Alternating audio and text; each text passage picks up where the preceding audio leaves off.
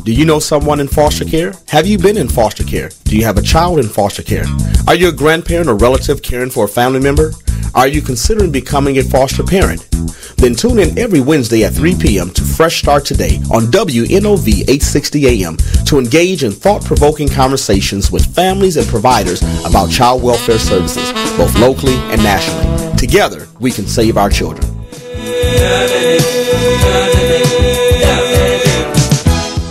It's a great day at Fresh Start.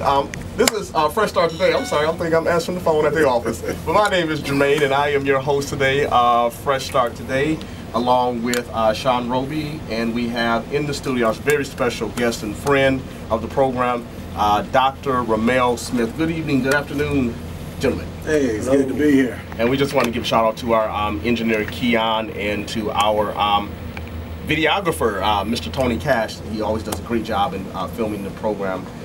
So we're going to be having a very interesting, deep conversation today, one that is typically not discussed in public, and is part of our Preventing Child Sexual Abuse series. This is part 2, and we're going to be talking about sibling incest today. Sibling incest. You know, it is reported that sibling incest is more prevalent, it's the most prevalent type of sexual abuse among children than even parent-child or other sexual abuse incidents. So we want to talk about, and we know that it's a very sensitive topic, so just want to forewarn you that if you have children you know, in your immediate environment, that you may want to ask them to excuse themselves from the room for the next couple of minutes, maybe like 45, 50 minutes. If you'd like to participate in this conversation, you can call 414-444-5250. You can also tweet us at Fresh Start 860. You can always email me your thoughts and your suggestions, your comments at freshstart860@gmail.com.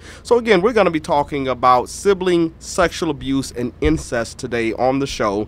And it amazes me that people are oftentimes rightly horrified by abuse scandals, such as in the cases of what happened with Sandusky over at Penn State. And, you know, we've seen some scandals involving child sexual abuse in different religious and denominational environments, Catholic community, African American church community, Pentecostal community.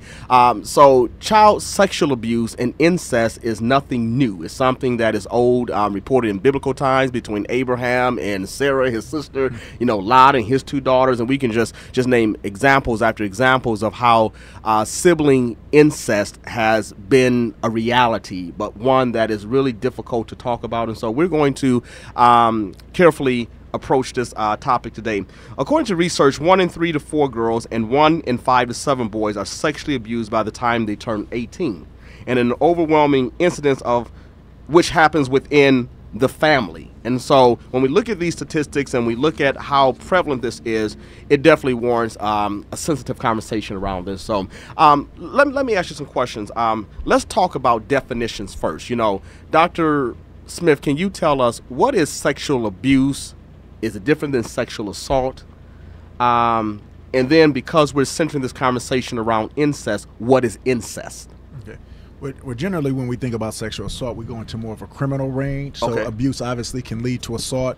And then obviously within the criminal definition, you have different various levels of assault, whether it's a rape, whether it's a touching crime, or whether it's just a verbal crime when we go into that manner. So when we talk about assault, we look at it more from a criminal standpoint. When we talk about sexual abuse, it's the same thing, but not so much away from the criminal standpoint. So when we talk about abuse, what has a person done that they did not want done to them? So sometimes you can have different erotic needs. That's what we call like victimless crimes. If both parties are okay, if both parties are at the age where they can consent, we say, hey, that's 2 adults doing their own thing. We don't think of it in that manner. When you talk about sadistic and you heard of the sadomasochism and whatnot. So those are people who kind of do things on their own. But when we talk about abuse specifically, we talk about when one party is not wanting it. So it can be something that's shown to a person. It can be something that's done to a person. We kind of sometimes like laugh at the old Rick James when we hear about some of the old stories that he had did with other adults, forcing them to do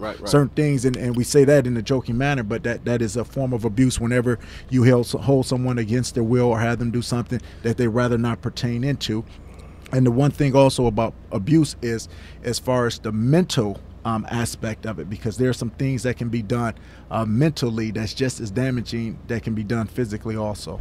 In the abuse, is there a power dynamic? And what does that look like? Is that person generally in a position of authority or control, or not necessarily? Well, in abuse, it is some type of control, but that's just the thing. So I like how you said, can it be mentally? Because you can have a person who just is, from an educational standpoint, superior, or sometimes we understand in the game of love with a tug of war on the hearts. If you have a person in that manner, you can abuse them easily. So for that example, we never think about it. Let's say a man is married to his wife, or he has a girlfriend, and he wants to bring in a threesome. He wants to bring in another lady. Now, the lady doesn't want to do it, but he tells her he's going to leave her, or he's going to find somebody else who does it. So she acquiesces and she does it. That's a form of abuse, because what he's done is now emotionally made her feel guilty and coerced her into doing something that she really didn't want to do. Now, we look at that as like, oh, is that really something? That's on the lighter side of the spectrum, because most of the time when we think of abuse, we think of that man who's just groped that woman. You know, we talk about the guy who has just went to the back of the alley and taken the lady off the bus stop and brutally assaulted her in that nature.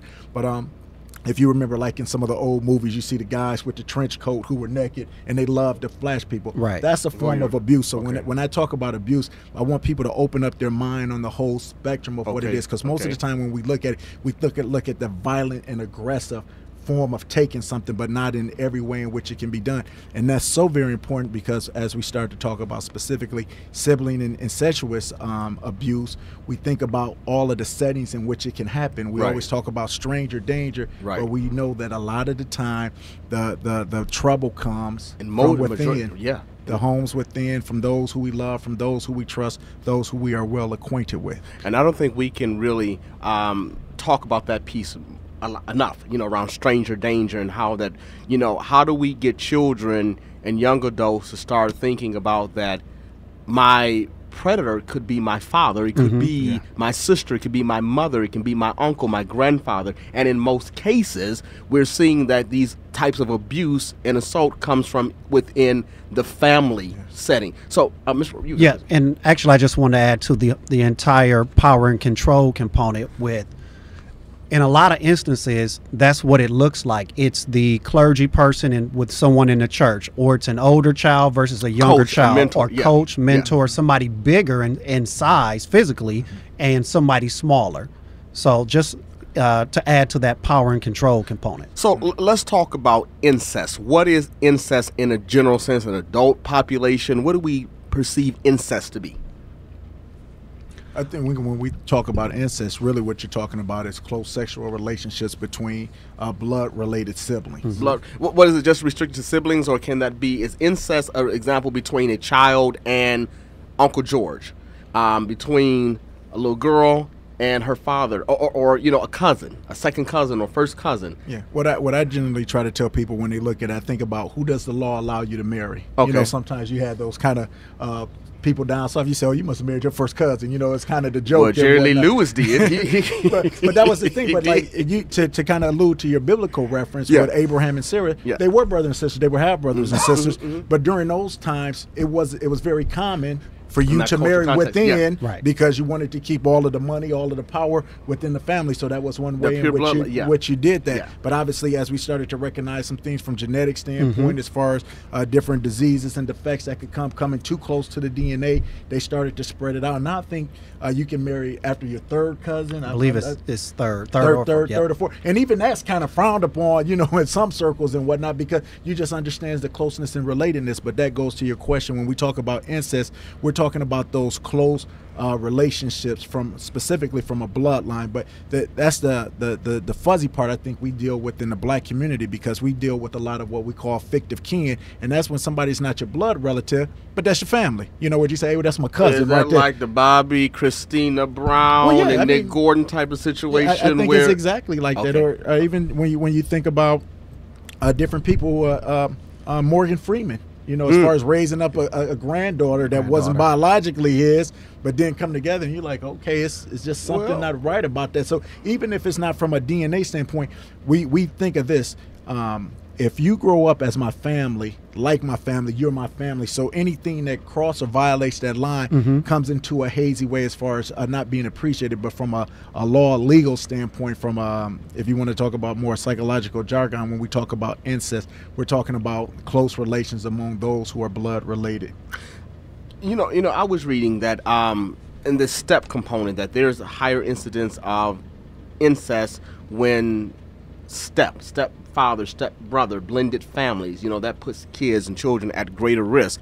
When a mom or parents in a relationship with someone and they have a teenage son or daughter, and so we have to look at those type of relationships. There's so many different type of relationship models, and we have to really just basically go back to looking at the family. But sibling incest, before we go to break, we will define what sibling incest is, and that basically is almost self-explanatory. Yeah. Right. And in short, it's sexual behavior between siblings that is not age appropriate, transitory, and not motivated by mutually appropriate curiosity. Okay, and that's what we're going to talk about. There's two things when we come back from this break that I would like to talk about, and you can join this conversation by calling 414-444-5250. When I think about the Woody Allen story and his adopted daughter, and I'm stressing these relationships, the adopted 17-year-old daughter that he was involved in, when we look at the relationship between, I forget who I just mentioned a few minutes ago, Bobby Christina, but no, it was more so Jerry Lee Lewis and his first cousin. When we look at these things, when we take this into consideration, is incest other communities' problem, or do we have a problem with incest in the African American community? And can we talk about it when we come back? And then we'll also give some people some tips in terms of how incest typically manifests itself. What sets the stage for incest to occur? So you feel free to call in 414-444-5250 if you'd like to join this conversation.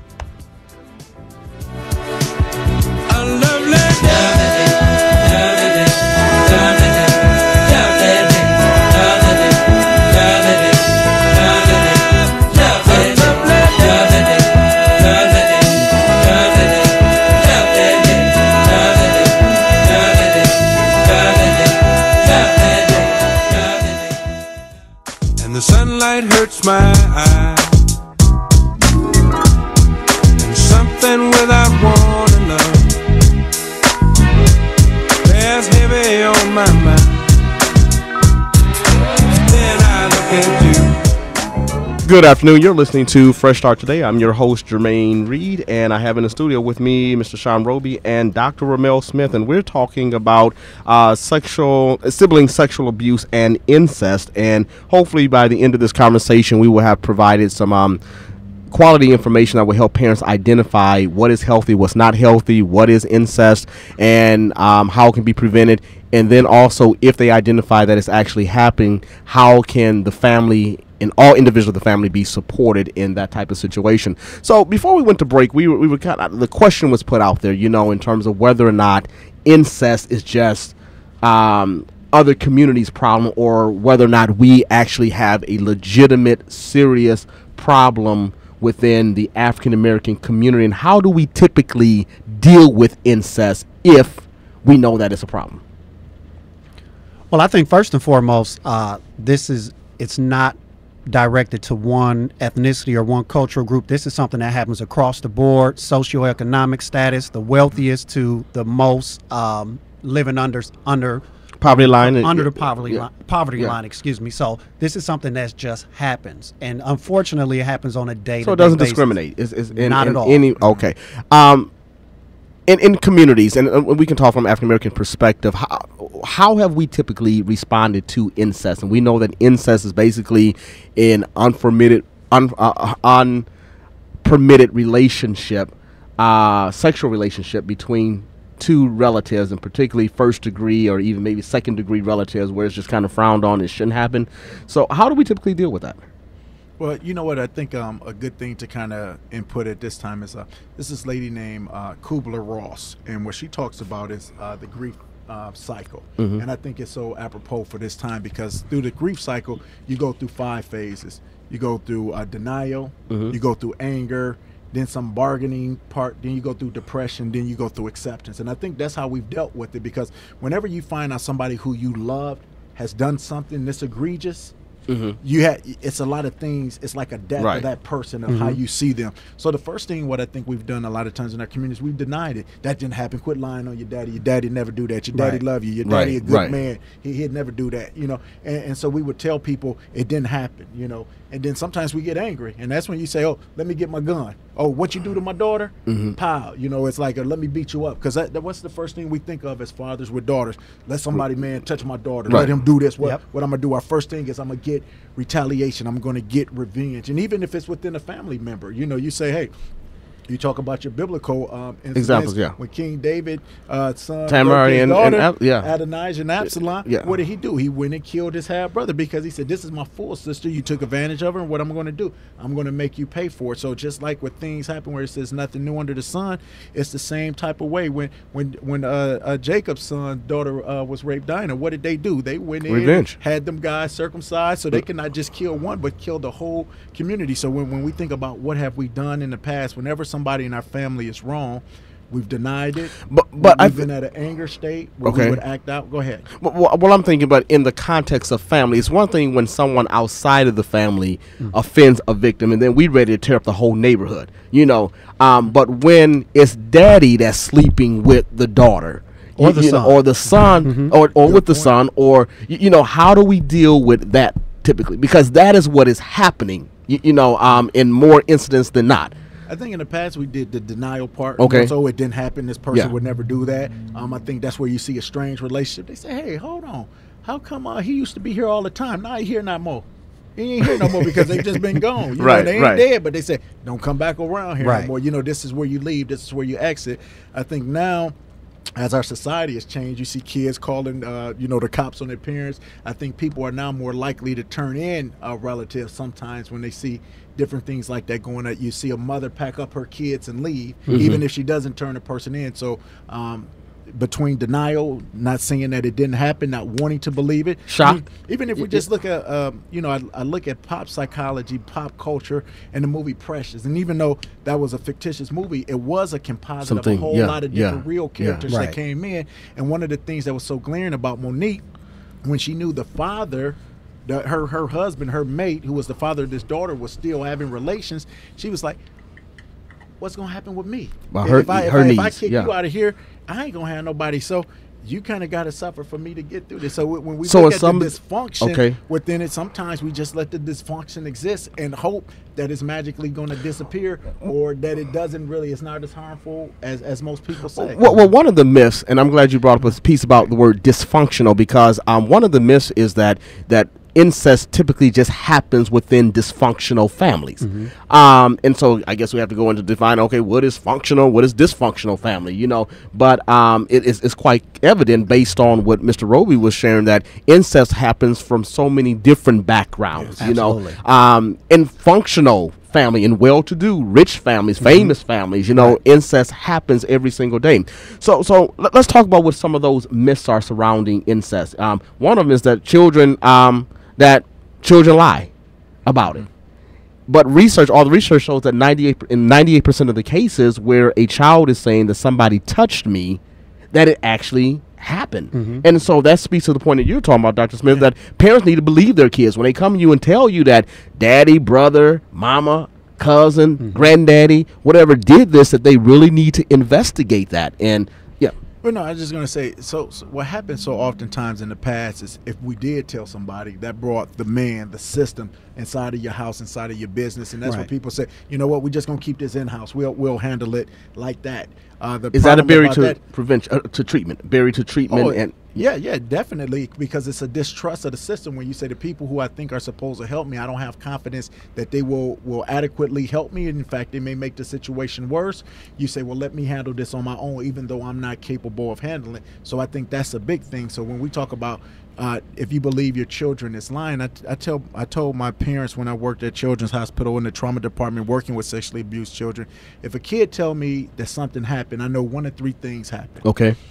Either it really happened to this kid, they saw it happen to somebody else, and then they just kind of vicariously put it up on them, or they lied. Somebody coached them to say it. And through forensic investigation that they have with a stepwise program, they can tell with a great percentage of accuracy whether or not the language comes like from a kid, the authenticity of the statements and things of that nature. The only problem is that the kid has to go through reliving this whole situation again, which some parents don't want. They say, I don't want my kid to relive this situation, to go through it. So it becomes that kind of a, catch-22. Do I say something and try to get them help?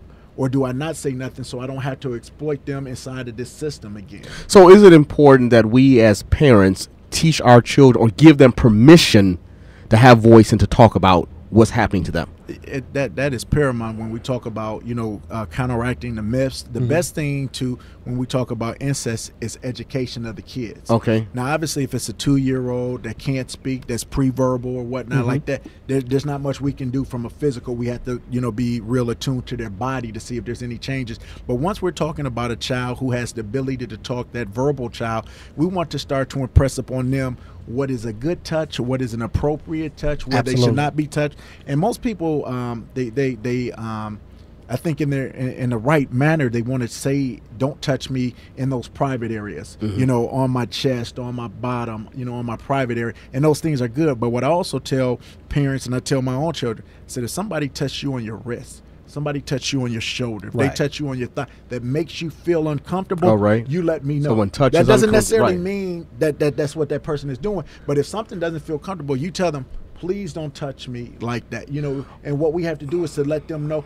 because your body tells you certain clues. It gives you certain information. And what we have to do is to let them know. And that's especially for the older like kids, where they can start to say, oh, he was touching me there, but that, somebody give you that massage where you say, this don't make me feel good. You're talking a lot about touch, Dr. Smith, but I was reading that abuse can happen in non-touch capacities. Capacities where you're not, so if we're focusing and training our kids, about when somebody touch you here, there, whatever, but there's other ways that they can be abused, and we need to be teaching our children about what those non-touch looks like. And you know what? I think before we go into non-touch, I think one thing when we're talking about appropriate terms, correct terms. Yeah.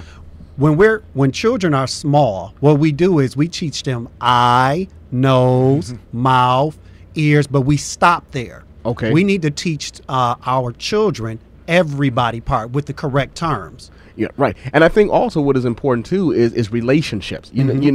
Understanding that this is your mentor. So you shouldn't be going over by mentor's house if they're a paid provider. You shouldn't be. Well, see, and that's the hard part. That I say, because and I'm gonna get back to your other point as far as the nonverbal.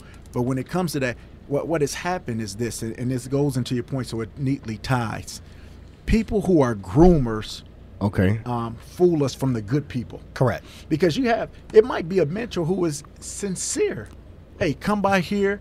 I got, this right here. You come here and it's all good. But because you have good people, now the fox, the wolf in sheep clothing can say, let me pretend to be like this person and do that. So sometimes, and being so safeguarded, we take away different opportunities, and there's no way you can know. So you say, hey, I better be safe than sorry. And so we can do that. But that goes into your original point of, what about the groomer? And the groomer is who we have to be careful of, because this is a person who flatters with words, who flatters with conversation, who flatters with gifts, who flatters with all of those different things that sucks you in, that brings you closer. And that's why when we talk about the school teacher, when we talk about the coach, when we talk about the Cub Scout master, when we talk about the priest, when we talk about the pastor, these are people who do all of those things from a positive standpoint that's non-touching, but that's beneficial. If we're broke and we have no food, and I see you come over and bring my mom a bag of groceries, you've already endeared me to your heart. Absolutely.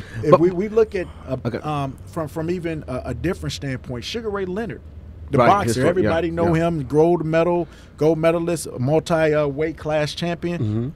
When he first started boxing, he said there were promoters and sponsors who would give him money, but then they wanted favors. And even he, as a boxer who could defend himself physically, wanted that money, needed that money, so he succumbed to those advances.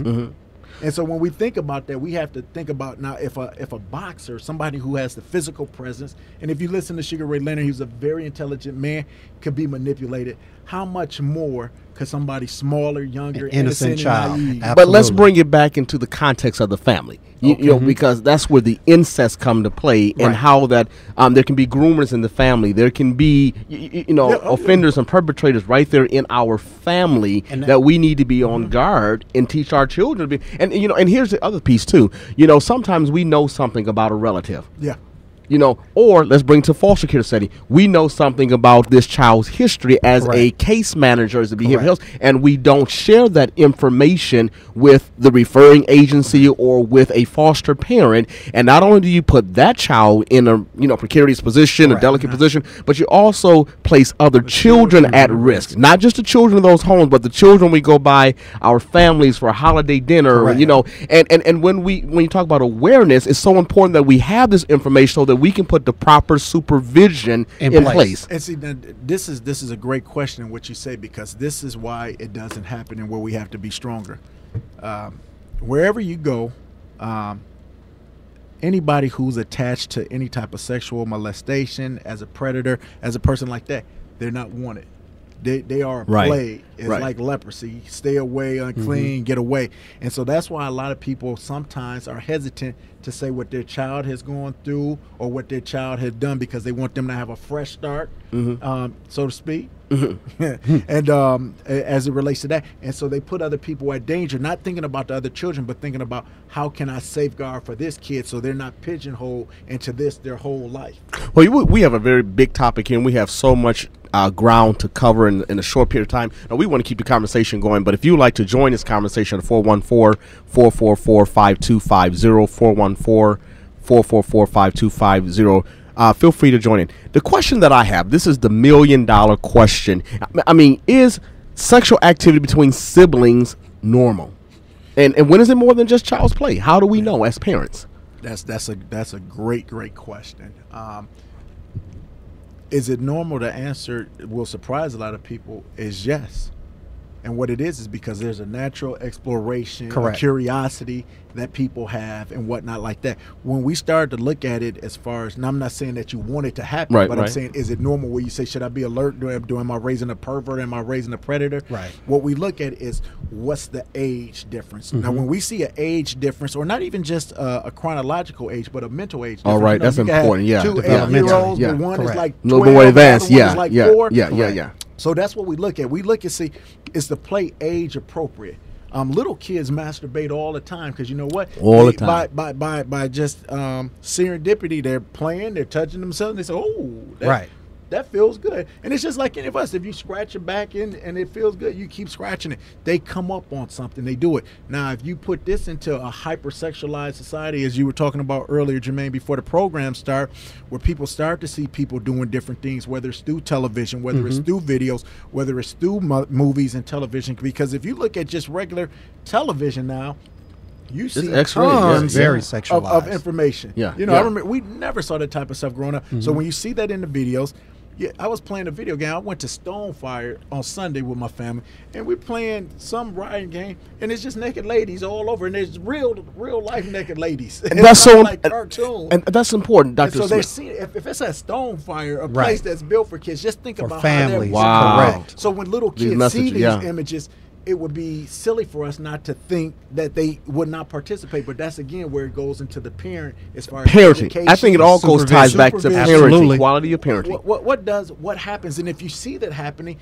it's just like, oh, hold on. This is a time tax questions. Because if you startle them, they're not going to say anything because they're going to be afraid. They're going to be scared. What we do is let them know what is appropriate and what is not appropriate. So that's a good time. So when we look at from an incest standpoint, though, what we're looking at is, again, when we talk about that abuse, that power differential, as far as saying somebody took advantage of somebody. And then what we look at even with the victimizer is what created them, what put them in that role. So we want to keep asking questions. All right, we have a caller on the line. Caller, you'd like to make a brief comment or ask a question? Good afternoon, host Jermaine. I just wanted to say that it is unfortunate this is a problem in our community. And the other part about all of this is that so long we have kept these secrets. Yes, And ma'am. because of these secrets amongst our family, we have endangered others. We have endangered ourselves, our children, our husbands, our wives, because of not telling. And then that seems to go on. That pattern never dies. Well, thank you. It's just like a reoccurrence. We're not breaking the cycle. Right, it's a vicious cycle. I want to know if someone comes to my home where my two boys is the At kid risk. hypersexual or not. You know, do they have a background, whether it's family or foster care that's in our family? It is needed to know. You're right. Thank you for listening to the show. Stay tuned in as we continue this dialogue. Thank you for Thanks calling. much. Have a great day. Okay, so we're talking about whether or not it's more than child's play, or is it normal? At what point is it not? At what point does it become abnormal and concerning, and then what parents should do to address it? So, because a lot of times, I was reading something that was talking about how that sibling incest occurs over a much more extended period of time for a number of reasons, and one is because it's often couched in play. You know, it's couched in let's play doctor, let's play house. It's camouflage, Right. So, and then we have to look at too that sometimes it's extended because of those proximity. They're so those enmeshment. You know, their lives are so close. Right. You know, the siblings are going to church, to school, to the Boys and Girls Club together. You know, they're sharing rooms together. You know, and so their lives are so intertwined and so connected. And so this victim, if you look at the child who's the victim, and maybe perhaps the predator is the victim too, to some degree, you know, that's a whole nother conversation. But this child who's a victim doesn't have the ability to separate themselves from, so they constantly feel this, the presence of their offender or their perpetrator. So we wanted to get an understanding about that because also, there was a document that was talking about when you're talking about age difference, you know, and not just age, but emotional intelligence, The developmental age. mental age. That you know, typically when you see 3 to 4 year age difference between the two individuals, that can be concerning. But you're saying that don't just focus on the chronological age, but look also at the mental age of the child as well. Because you can have a 4-year-old. 5-year difference. That was kind of like a gold standard number that we did, but that changes and varies with like what you just talked about. And you know, I think one thing you mentioned in terms of non-touch, one thing with that is you can have a variety of things that happen with that. It could be someone could be playing inappropriate pornography in the background, have sexualized magazines laying around, just inappropriate things like that, where they're not actually touching a child or And touching that's what their pornography. sibling. Yes. But they're forcing them to. They're hearing subliminally- it. Absolutely. Right. Okay. Now listen, because we got so much to talk about with this important topic. Again, if you'd like to join this conversation around sibling sexual abuse and incest, please feel free to call 414-444-5250, 444-5250. Now, it has been said that the most dangerous places for children, you know what those three places are? Home, church, and school. Home, church, and school. Places, go ahead. And I think when there's a play, church and school, they kind of can go hand in hand depending on the environment that a person lives in. Because if you have someone who doesn't go to church, 9 times out of 10, that child goes to school. Or if they attend a church school. So then that's important because there was actually a church school, First Lutheran Church of Carson in Carson, California, where the school was shut down because there were 4 and 5-year-olds, and this was reported by ABC News and CNN back 2 years ago in February 2013. That these children, they were just, as we say, was getting it in. They they was getting their needs met, or what they thought was their needs. Maybe they was curious, I don't know, but they were going down the tunnel slides in the playground. They were in the bathroom outside. You know, they were performing all type of sex during nap time. And you had one little 4-year-old boy, when his father asked him, well, what happened to you? And, he had received oral sex from this little girl who was 5 years old. He said he was getting it every day. And so when we look at this, and we look at these environments that are very dangerous or can be dangerous for our children, what are some of the tips, Dr. Smith and Mr. Roby, that you all would like to give to parents, to birth parents, adoptive parents, foster parents, about preventing this type of sexual child abuse? Well, I think one of the first and foremost is supervision, and we kind of touched on that a little bit, but line of sight supervision is so important, along with having open communication with your children, talking to them about body parts, letting them know what's appropriate touch and what is not appropriate touch. And then you also have, I would say, avoid favoritism.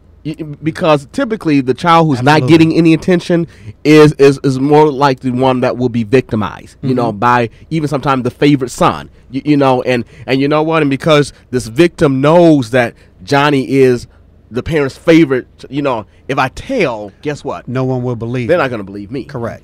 So try to not choose and picks between your children is another prevention tip. But also too, create environment in the home. I think this is really key, where sexual topics can be explored in a very appropriate, absolutely direct manner. And you want to take child's age and appropriate into consideration, a number of things. But you can use, for example, articles or stories from the news, where child sex abuse is a topic, and explore that with your children. And you also, there's a variety of places where you can go get information. Sexual Assault Treatment Center. You can go to the library and get DVDs, videos. You can look online and get this different information as well.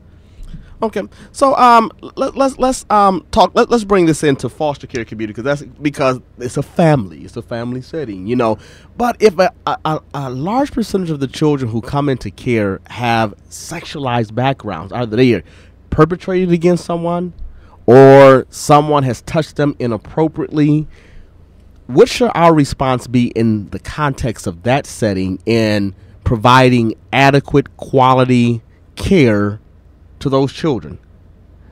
I mean, I think that's what you just said, providing care. Once a person has been hurt, I mean, it's very clear if it's from a physical realm.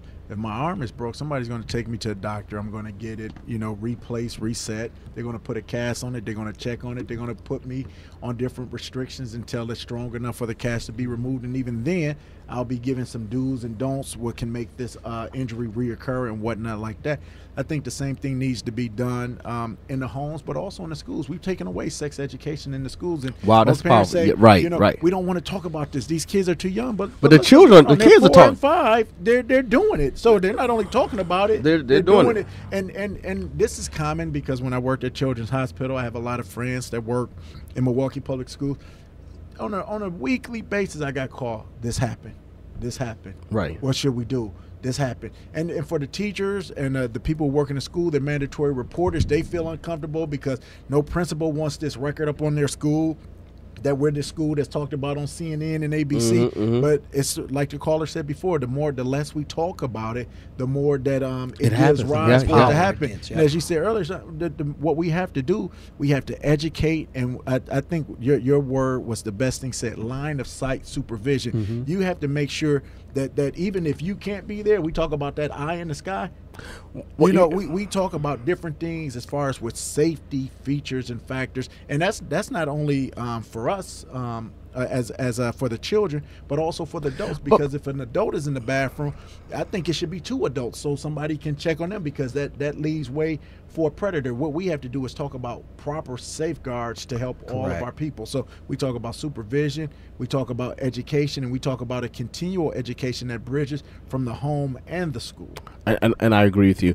Let me say something, because I do agree with the supervision piece, but I know I have provided foster care over 14 years or something like that. So there's a number of children who've come my care, and I remember an incident where I was asleep and the children would get up in the middle of the night because they heard me snoring. They knew my schedule, but I had put them to bed before I went to bed. But somebody recognized that, he's snoring, and that speaks to your safeguards, though. And they had a meeting place in the home that they will go to, and this was going on for some period of time. So even though but I think it's creating awareness with those children about what is appropriate, what is not appropriate, so that when the parent is not there, right. Yeah, I think that's important. Well, so why is the most dangerous time between 3 and 6? Right. And so if this happens, and it goes to your question with instance, why is it there? Don't let nobody in this house. Well, if it's me and my brother and sister, I ain't gotta let nobody in the house. Everything I need is right here in the house. We know our time. We know how to get in, get out. And for some, they don't think it's anything wrong with it. Right. Wow, this has been a very interesting conversation. We're going to take a break, and you can join this conversation at 414-444-5250. And when someone else instead of me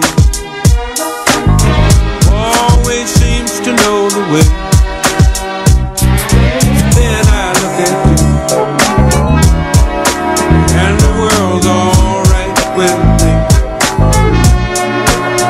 I just one look at you, and I know it's gonna be.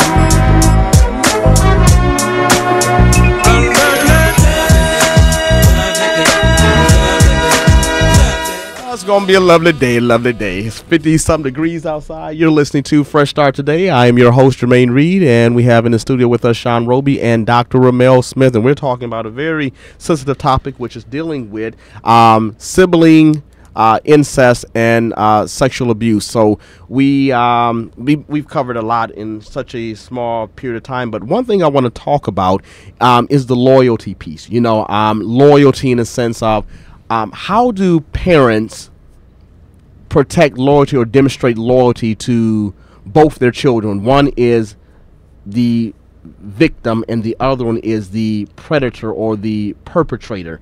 How do parents do that?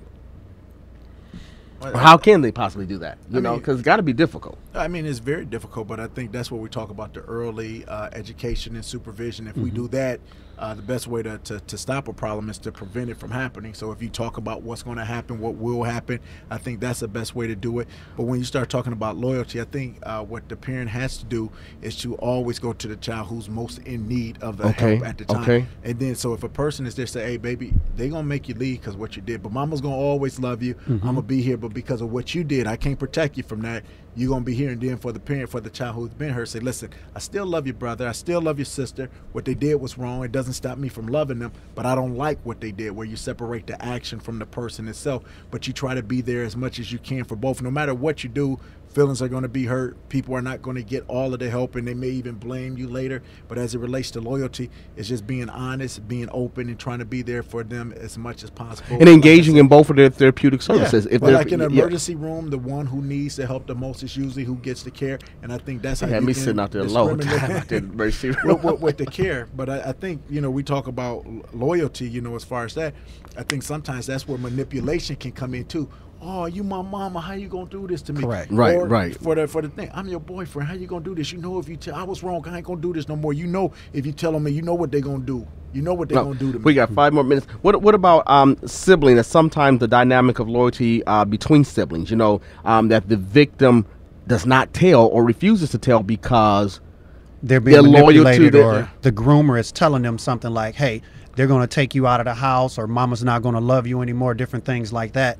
And I think that goes back to that. In the education and parenting is so critical, because if we have conversations early on about rights and wrongs and appropriate touch, inappropriate touch, that gives a better understanding when something does happen. You know, I'm kind of interested in finding out about family therapy. What are some of the unique challenges that a clinician may face in dealing, you know, in providing family therapy to a situation like this? One of the things, what I always found out, we talk about peeling back onion with layers and everything. One, you want to make sure everybody is able to talk. Putting the victim in the room with the victimizer too soon is a formula for disaster. But even when you talk about that, what I had to find out is you can't expect these quiet rooms. There's going to be rage. It's going to be anger.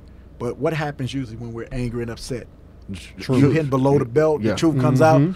Mama, you did this to me. That's why I did it to her. And then I ain't never did that to you. What you doing? So you start to get all the real stuff. Information come out. So this is the thing. Whenever we start to talk about family therapy, and this is some of the reasons why some people don't like to engage in it, because they know more may come out. The real truth comes out, and the more truth that comes out, the more hurt that comes out. And is it true that a lot of times the client, the child is the identified client, you know, but really in actuality it's the family? Oh, definitely. And sometimes what I've had happen to when we talk about loyalty and things of that nature, if the mom was traumatized, we talked about this being cyclical.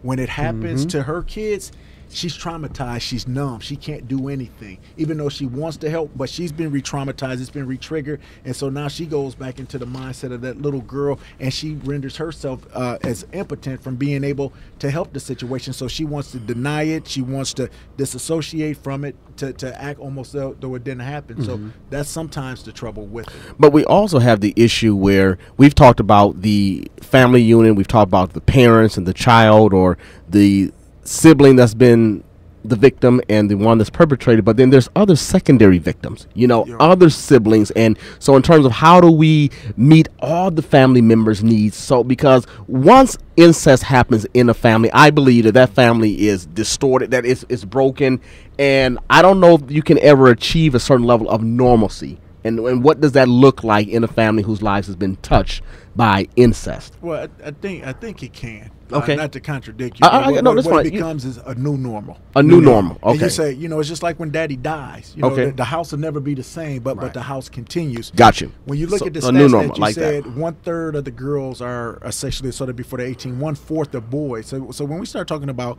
33% and 25%. And I tell you what, those numbers are very conservative. Those are reported. Okay. So think about if 1/3 and 1/4 are reported, how much really is happening. How big is this problem really? And so when we start to think of that just on a bigger level, and I know time is ticking with it, well, we have to recognize that this is an issue, and we have to talk about it. By not talking about it, what's the legal response? What's the legal response to this? If family identifies this, what should parents do? Parents have to talk about it with the children at first. Obviously, from a legal standpoint, you talk about getting other people involved. Correct. But that's where we don't like to talk about our business. We don't like to tell our business though. So we have to really. But you know what? Our legal. This is the thing. I think we have more of an ethical than a legal. And the ethical responsibility is to get this fixed, to work with it. You can go to a trusted pastor. You can go to a trusted counselor. Teacher. Say, where we want to talk about this. And even though those people are mandatory reporters, what we start to say is, hey, listen, this is where we're coming to you for this standpoint. All right. Next week, we're going to have on the show, we're going to be finishing up this segment on child sexual abuse, particularly dealing with incest in the family context. And we will have a victim whose parent had sexually abused them and how it's impacted their lives. And we also have another program, I think it's Aurora. I'm not sure if it's Aurora or not, but we have another provider that's going to be on the show next week to further this discussion. Thank you for tuning in to Fresh Start Today. If you would like to Facebook us, you can Facebook us at Fresh Start Today. Thank you and have a great week.